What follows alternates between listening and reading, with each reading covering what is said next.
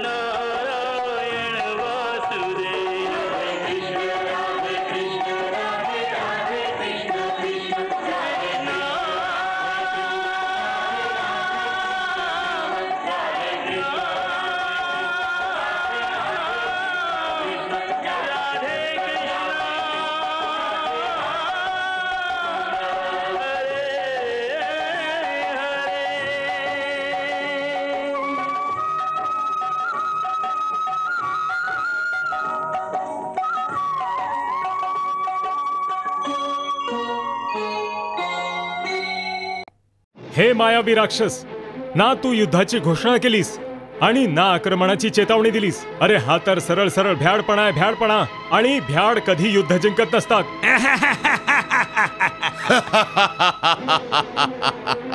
बलराम दादा, शंभरासुर आणि मायासुराला युद्धाची नीती शिकवण्याची काहीच आवश्यकता नाहीये। त्याचा काही उपयोग होणार नाही। अनितीने राज्य करणं आणि अनितीने युद्ध करणं हीच या मायावी पिता पुत्रांची नीती आहे। शंभरासुर, तुझ्या या मायावी पुत्राला घेऊन तू तुझ्या नगरीस परत जा, नाहीतर माझ्या क्रोधाग्नीमध्ये या तुझ्या मुलाबरोबर तूही जळून राख होशील।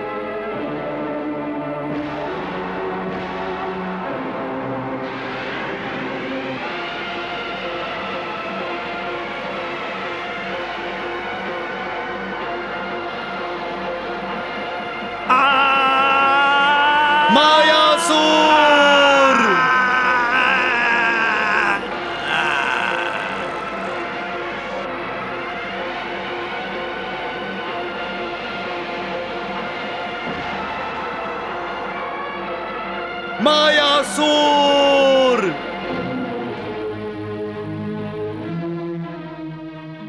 धिक्कार आहे तुमच्या सामर्थ्याचा। तुमच्या समोर तुमच्या पुत्राचा वध होतो आणि आणि आणि तुम्ही त्याचं रक्षण देखील करू शकला नाहीत। कसे कसे वडील आहात तुम्ही, कसे वडील आहात तुम्ही। मायावती, हा शंभरासुर प्रतिज्ञा करतो आहे की ज्या प्रकारे कृष्णाने माझ्या पुत्राला माझ्यापासून हिरावून घेतला आहे, त्याच प्रकारे कृष्णाच्या पुत्राला मी हिरावून घेईन.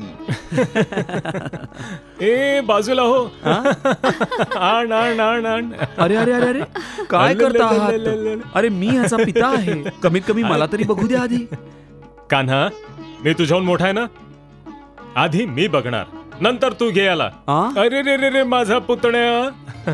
प्रद्युम्नाच्या जन्माचा आनंद अजून कोणाला होणार आहे? कोण करते त्याचे जन्म घेण्याची प्रतीक्षा?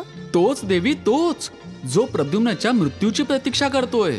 श्रीकृष्ण व श्रीकृष्णाच्या पुत्राचे शत्रू शंभरासूर आणि मायावती. जरा त्यांना देखील ही बातमी देऊनच येतो. नारायण नारायण.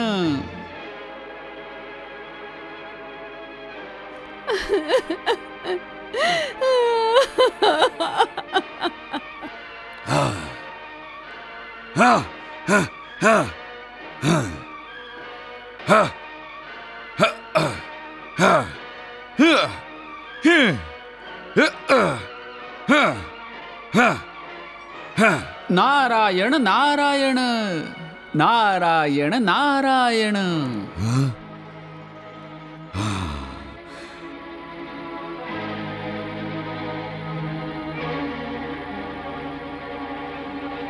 प्रणाम मुनिवर्य.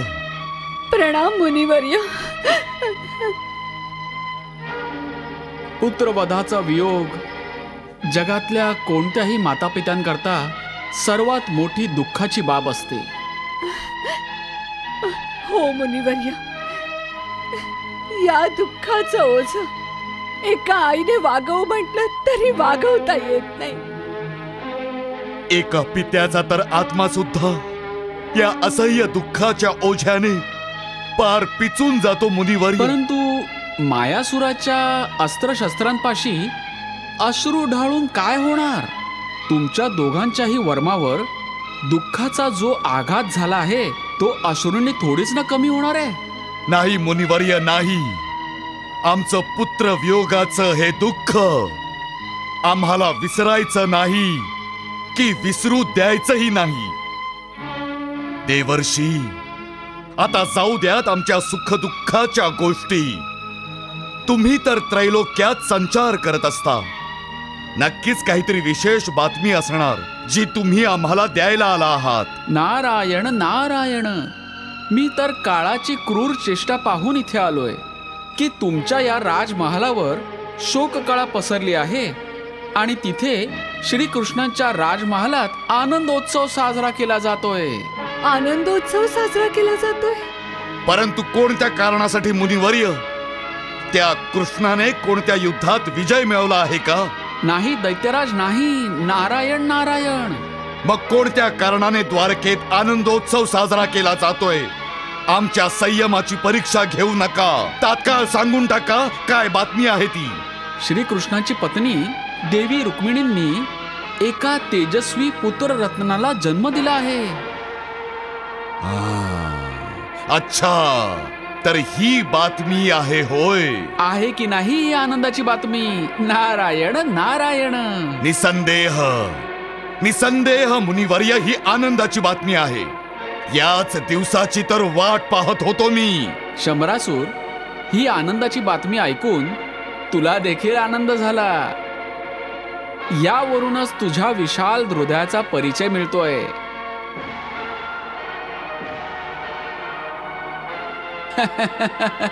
ठीक आहे, तर आता मला गेलं पाहिजे. नारायण नारायण नारायण नारायण.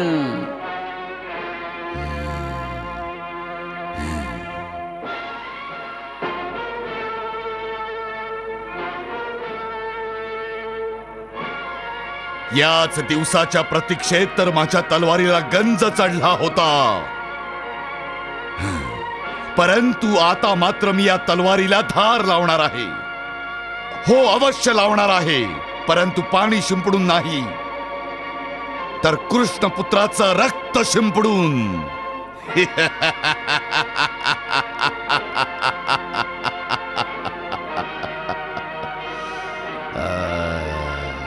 आज रात्रीच मी कृष्ण पुत्राचा वध करतो की नाही पहा. त्या बालकाचा वध आज रात्री झाला पाहिजे. नाही नाथ, इतकी घाई करू नये. परंतु का मायावती? आपण याच दिवसाची तर वाट बघत होतो. मग आता या शुभ कार्यात विलंब का? कशासाठी? अशासाठी की जसजसा काळ पुढे सरकेल, नवजात बाळासाठीचं कृष्ण आणि रुक्मिणीचं, त्यांच्या पुत्राप्रतीचं प्रेम वाढतच जाईल. आणि त्याच्या वियोगाने त्यांना होणारा शोक देखील तितकाच असह्य असेल. म्हणूनच काही दिवस अजून धीर धरा नाथ. कृष्ण आणि रुक्मिणीला त्यांच्या पुत्राच्या भविष्याची स्वप्न तर पाहू द्या.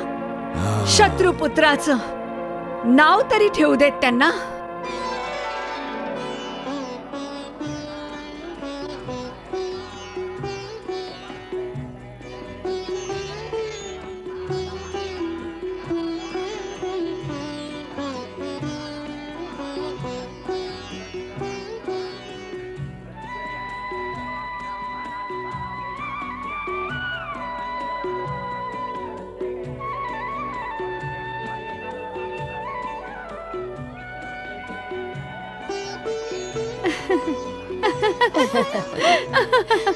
अरे वा, बघू तरी.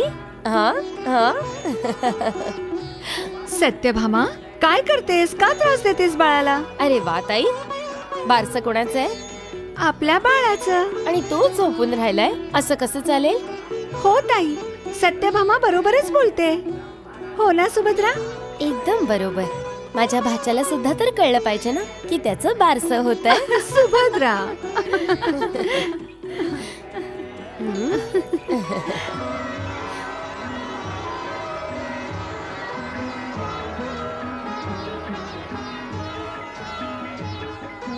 अरे अरे, हा ताई बघ तरी माझं बाळ कसं हसतंय. हो, तो म्हणतोय की मी आता तुम्हा तिघींच्या बाजूने. गुरुदेव, माझ्या पुत्रासाठी कोणतं नाव सुचवाल?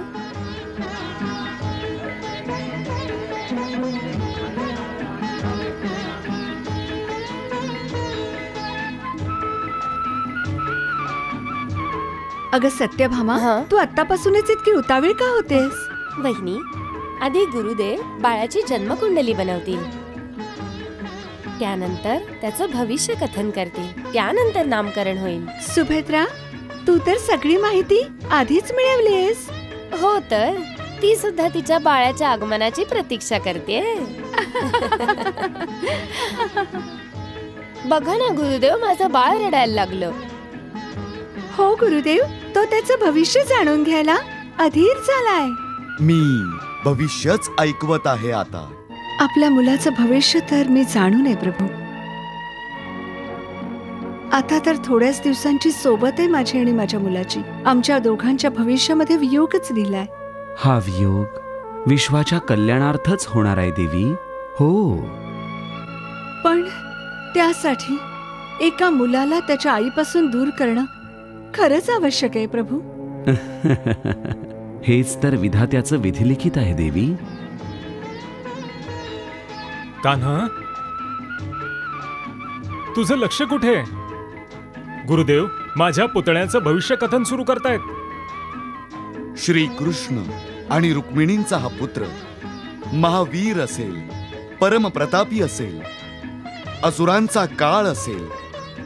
हा पुत्र धर्माचं रक्षण करेल, सूर्य देवतांसारखा तेजस्वी असेल, यादव कुळाचं नाव काढेल. हा प्रभू, सत्य तर गुरुदेव सांगतच नाहीयेत. याच्या मागे सुद्धा तुमचीच प्रेरणा आहे. गुरुदेव, आमचा पुत्र तेजस्वी असेल हे ऐकून अतिशय आनंद झाला, परंतु आमच्या बाळाचं नाव काय असेल? तुमचा हा पुत्र सगळ्यांचं मन मोहून टाकेल. याला जो कुणी पाहिल त्याचं मन प्रफुल्लित होऊन जाईल. म्हणूनच मी याचं नाव ठेवतो आहे प्रद्युम्न. प्रद्युम्न. प्रद्युम्न. प्रद्युम्न. प्रद्युम्न. प्रद्युम्न. वा, कान्हा, प्रद्युम्न खूप छान नाव आहे. प्रद्युम्न.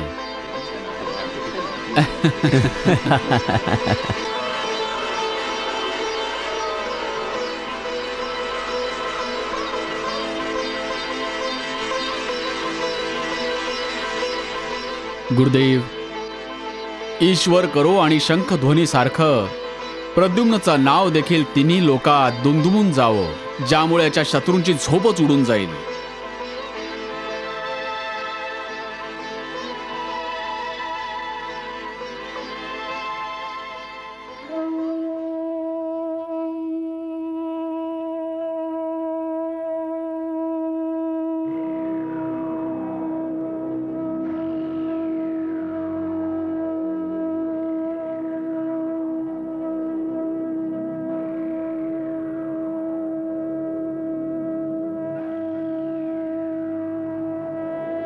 हा शंखध्वनी तर द्वारकेहून येतोय. आज कृष्णपुत्राच्या जन्माचा 6वा दिवस आहे. नक्कीच त्याचं बारस होत असणार. मरणाऱ्याचं बारस. मरणाऱ्याचं बारस होत आहे.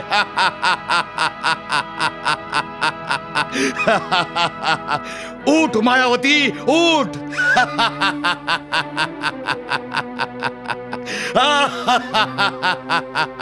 हे आज तुम्ही सकाळी सकाळीच इतके प्रसन्न का होता? मायासुराच्या वधानंतर तर तुम्ही हसणं देखील विसरला होतात, परंतु या क्षणी तर तुम्ही गडगडाटी हसताय. माझ्या कानांनी जो शंखध्वनी ऐकलाय, जर तो तू सुद्धा ऐकला असतास तर तुझं मन सुद्धा आनंदाने डोलू लागलं असतं. तू सुद्धा माझ्यासारखं गडगडाटी हसली असती.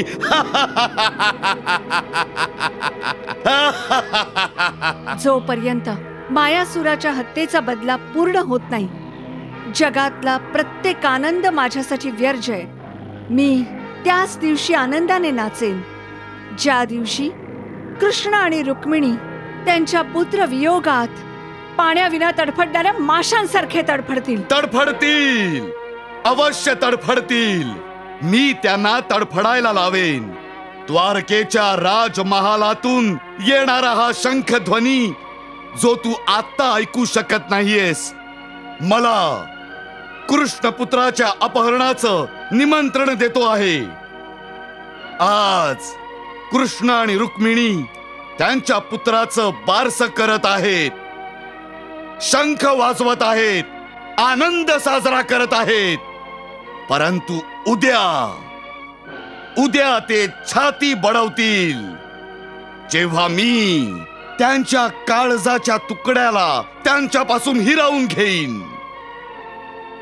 काळजाचा तुकडाच काय? मला शक्य झालं तर त्यांचं काळीजच काढून खाऊन टाकेन. माझ्या मुलाच्या रक्ताने त्यांचे हात रंगलेत. माझ्या मुलाच्या रक्ताने रणभूमी देखील माखलीये. बरं झालं असतं जर मी आता त्यांच्या महालात जाऊन जन्मोत्सवाला मरणोत्सवामध्ये बदलून टाकू शकले असते. आनंदाने भरलेल्या त्या सभेला शोकसभेत रूपांतरित करू शकले असते.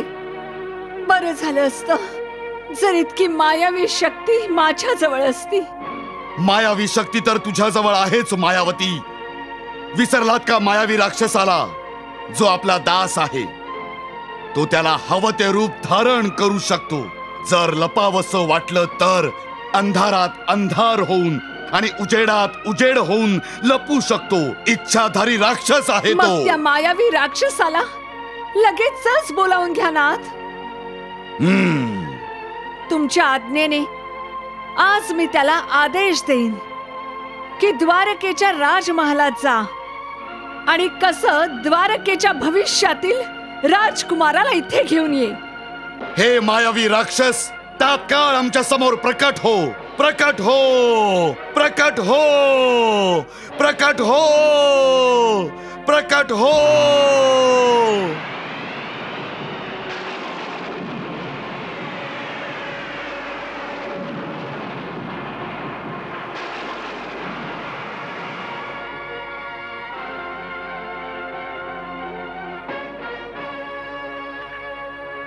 हे असुरेश्वर, माझ्या प्रणामाचा स्वीकार करावा.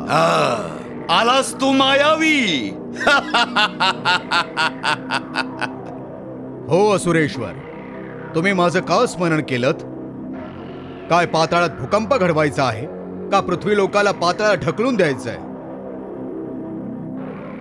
का मग इंद्रलोकीच्या सिंहासनावरून इंद्राला माझ्या चिमटीत पकडून आणायचं आहे तुम्हाला? नाही मायावी, नाही. तुला यातलं काहीही करायचं नाहीये. ही तर खूप मोठी कामं आहेत. तुला तर एक छोटंसं काम करायचंय. छोटंसं काम? हो, यावेळी तुला केवळ एका नवजात शिशूचं अपहरण करायचं आहे. केवळ एका नवजात शिशूचं अपहरण? हो. तुम्ही केवळ एका असहाय्य बालकाला उचलून घेऊन यायला मला सांगता आहात? हे काम तर तुमचा एखादा दास सुद्धा अगदी सहजरित्या करू शकतो. नाही. इतक्या तुच्छ कामासाठी मायावी शक्तीची काही एक आवश्यकता नाहीये. नाही. जर मी हे काम केलं तर माझ्या अपार मायावी शक्तींचा अपमान होईल असुरेश्वर. अपमान नाही व्हायचा मायावी, उलट आमच्या नजरेत तुझा मान वाढेलच. ते अशासाठी कारण जे बालक तू उचलून घेऊन येशील ते कोणी साधारण बालक नाहीये. द्वारकाधीश श्रीकृष्णांचा पुत्र आहे. कृष्णाने आमचा पुत्र हिरावून नेलाय. आम्ही त्याचा पुत्र हिरावून बदला घेऊ. तू या कामाला तुच्छ समजू नकोस मायावी. ते अशासाठी कारण स्वतः कृष्ण देखील मायावी शक्तींमध्ये निपुण आहे. तसंच त्याचा राजमहाल एखाद्या अभेद्य किल्ल्याप्रमाणे आहे. हो, तू रूप बदलून तिथे जाऊ शकतोस आणि तिथून परत देखील येऊ शकतोस, परंतु कृष्णपुत्राला घेऊन तिथून निसटून येणं अतिशय कठीण आहे. हो, म्हणूनच तू सावधपणे काम कर. हो. जर असं असेल तर तुम्ही अजिबात चिंता नका करू. बघाच मी कशा कृष्णाच्या डोळ्यात धूळफेक करतो आणि रुक्मिणीच्या काळजाचा तुकडा पळवून आणतो. प्रणाम. यशस्वी भव मायावी. जा मायावी जा.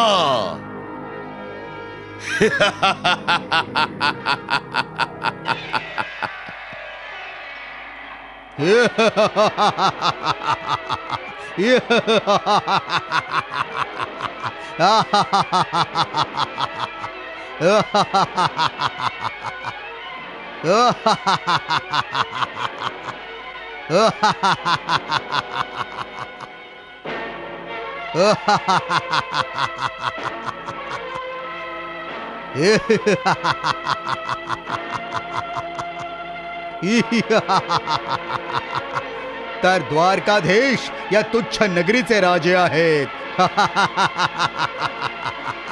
जर महाराज शंभरा सुरांनी आज्ञा दिली असती तर मी या पद्मयुगाच्या बरोबरीने या नगरीला देखील माझ्या तळहातावर घेऊन आलो असतो. कृष्णाची द्वारका तर माझ्या पंजापेक्षाही लहान आहे अगदी.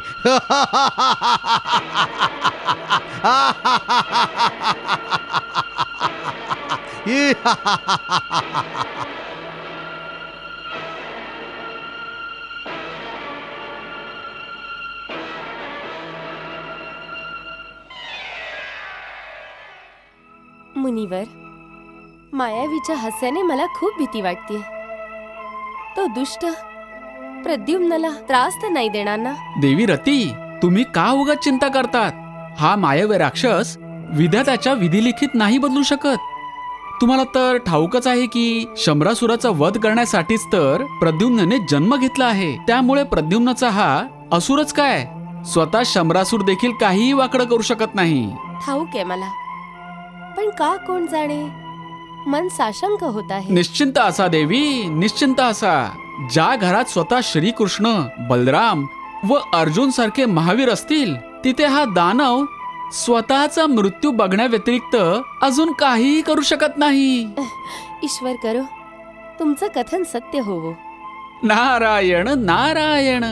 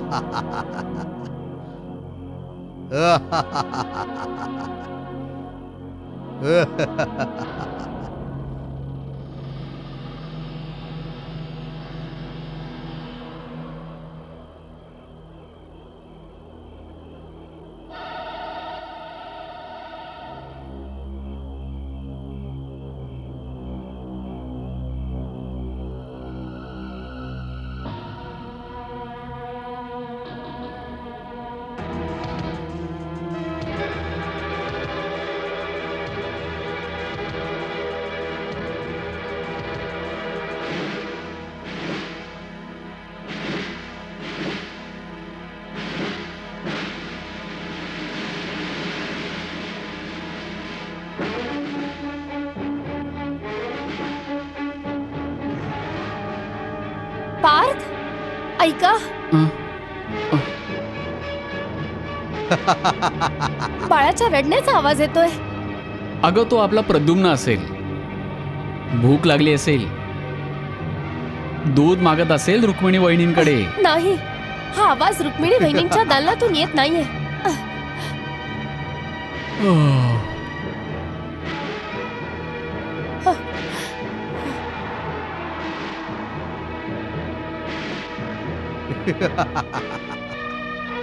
पार्थ पार्थ ऐका. कुणी राक्षस प्रद्युम्नला घेऊन आकाशात उडत चाललाय. काय म्हणते सुभद्रा?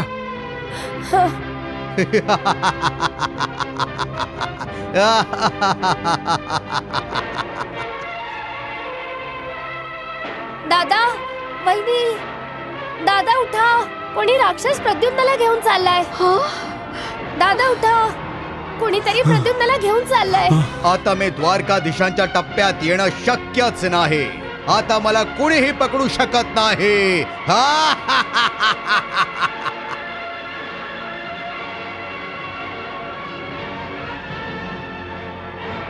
थांबा केशवा थांबा. हे छोटंसं काम मला करू देत केशवा.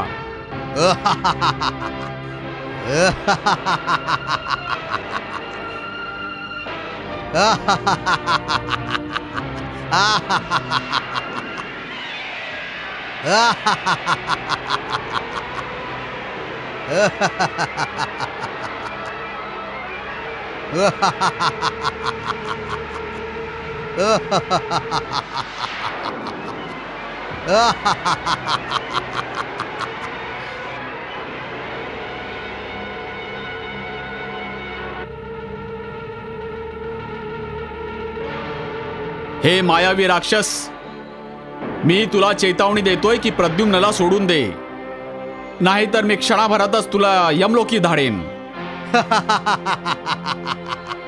अरे तू काय मला यमलोकी धाडणार?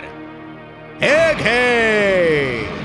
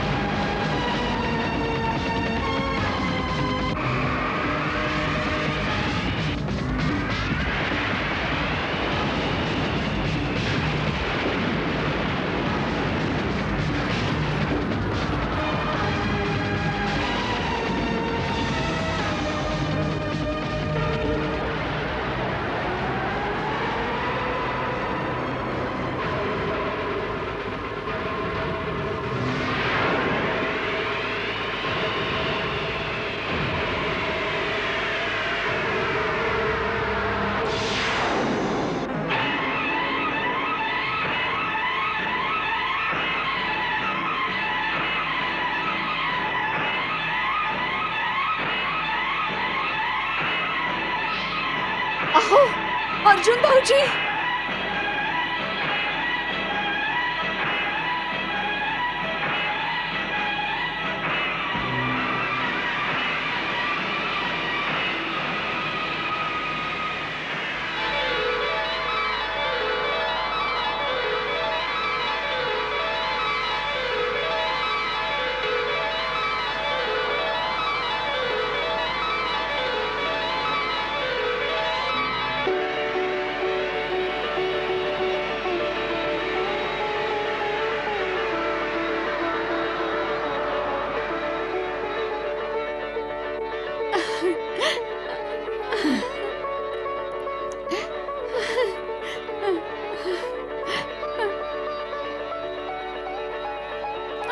प्रद्युम्न, माझं बाळ.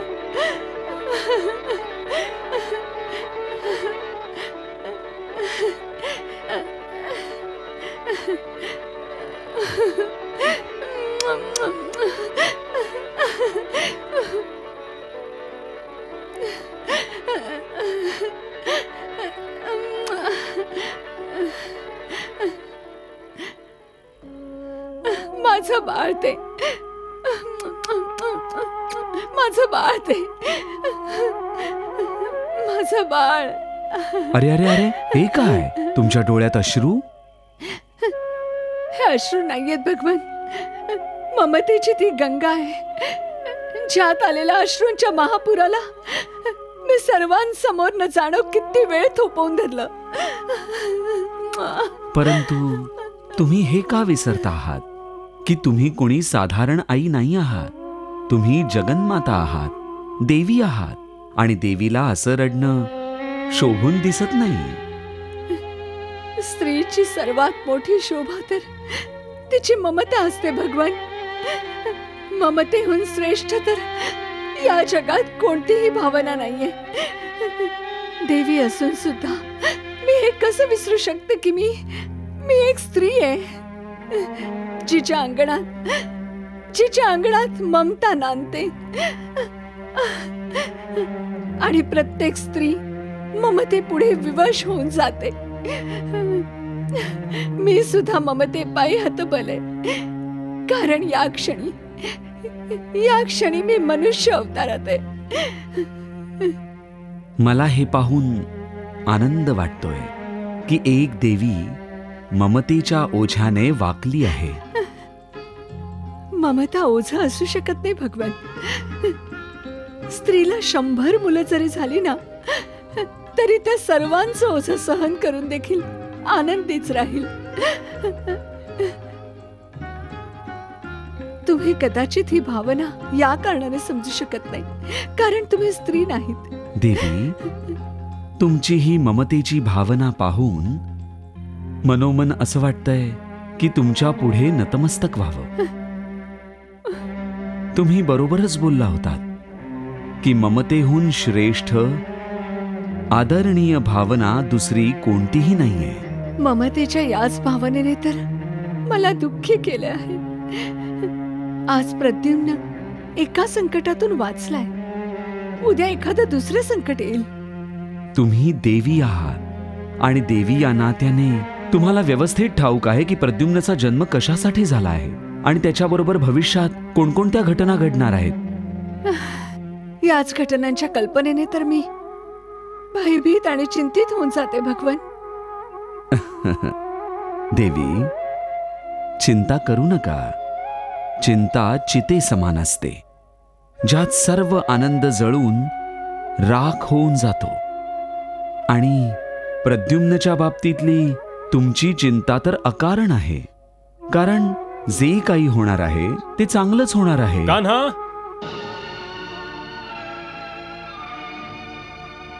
कान्हा, हे सगळं काय होतंय? बलराम दादा, तुम्ही मला सांग, हे सगळं झालं तरी कसं?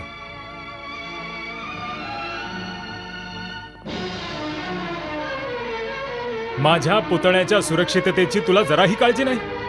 आणि तू ग रुक्मिणी, तू सुद्धा प्रद्युम्नाकडे लक्ष देऊ शकत नाहीस. बलराम दादा. काय बलराम दादा? त्या दुष्टाचं इथे येण्याचं धाडस झालं तरी कसं, सांग मला. ते दादा, आम्ही झोपलो होतो आणि झोपला होतात. झोपायचा अर्थ असा नाही की स्वतःच्या मुलाला विसरून जायचं. बलराम दादा, तो मायावी राक्षस होता. सगळे जागी जरी असते तरी सगळ्यांच्या डोळ्यात धुळफेक करून तो घुसलाच असता. अरे वा कान्हा वा, असा कसा घुसला असता तो? तू म्हणतो आहेस घुसला असता. आता झालं गेलं सोडून द्या दादा. त्या दुष्टाला त्याच्या कर्माची शिक्षा मिळाली आहे. कान्हा, असं निष्काळजी वागून अजिबात चालणार नाही. अरे ज्या शत्रूने त्या मायावी राक्षसाला इथे पाठवलं होतं, या अपयशानंतर तो गप्प नाही बसायचा. नक्कीच प्रद्युम्नाचं हरण करण्याचा तो पुनश्च प्रयत्न करणारच. कान्हा,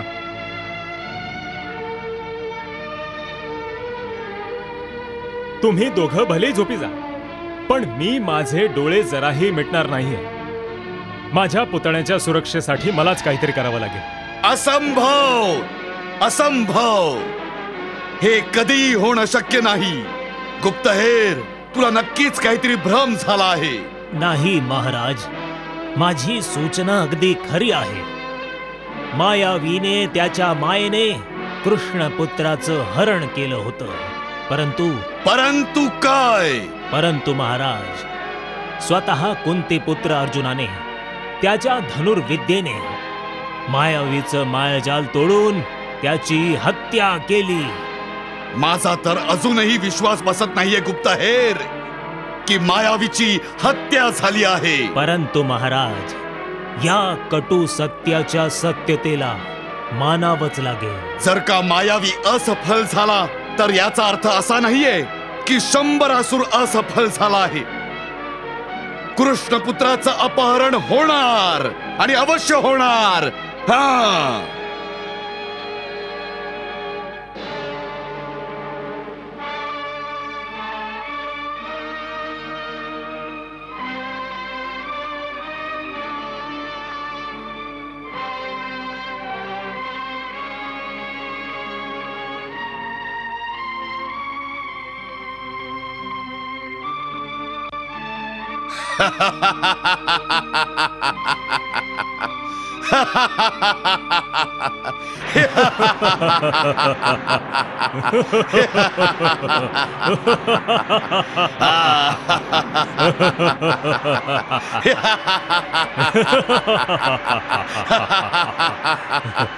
महाराज, शंभरासुरांचा विजय असो.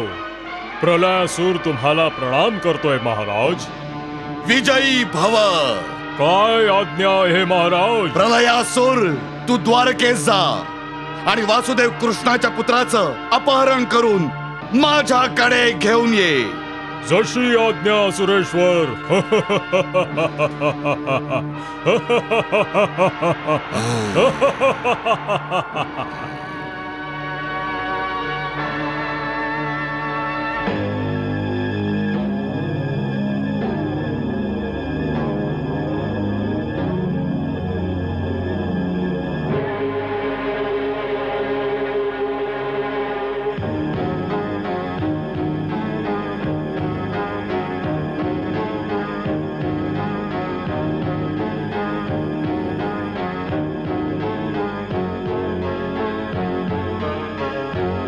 सतर्क रहा. होय महाराज.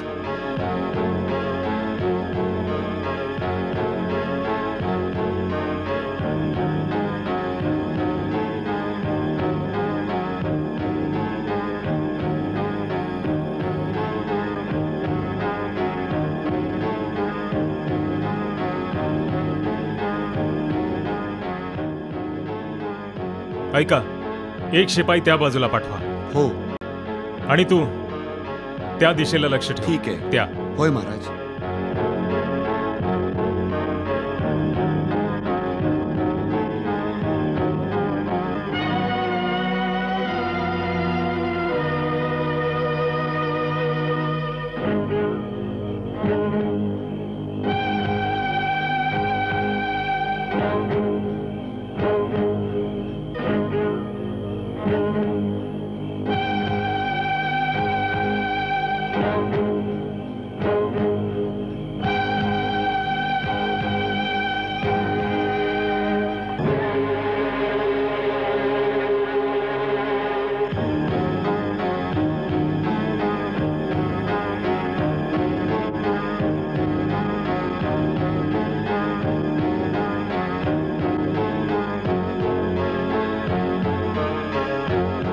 पहारेकरी सगळं कुशल तर आहे? होय स्वामी. रक्षकांनो, डोळ्यात तेल घालून पहारा द्या. सतर्क राहा. राण्यांच्या महालाबाहेर कडक पहारा ठेवा. होय स्वामी.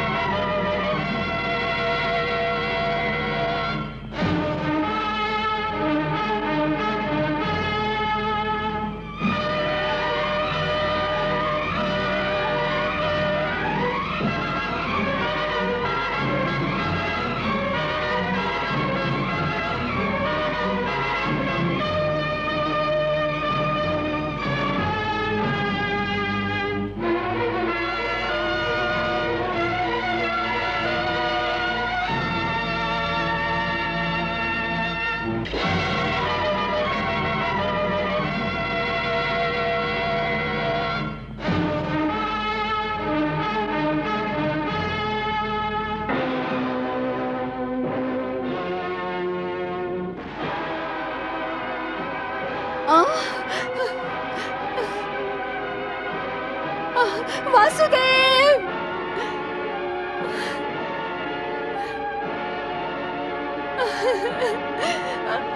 वासुदेव,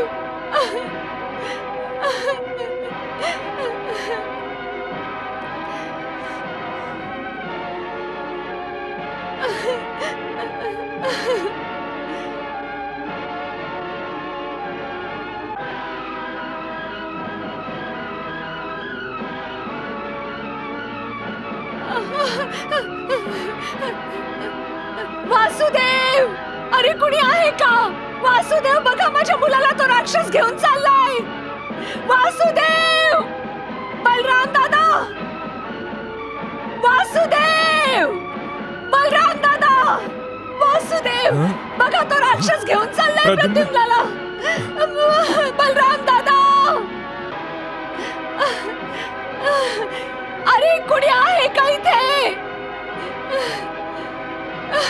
अरे कुणी आहे का इथे? कुणी आहे का? सत्यभामा, जांबवंती, कुणी आहे का? माझं बाळ. काय झालं? काय झालं ताई? तो राक्षस प्रद्युम्नाला उचलून घेऊन चाललाय. अरे कुणी तरी वाचवा.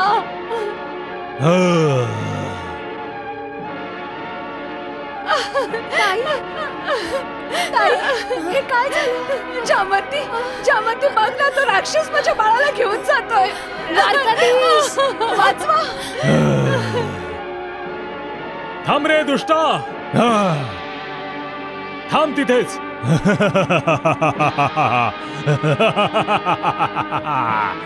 कृष्णा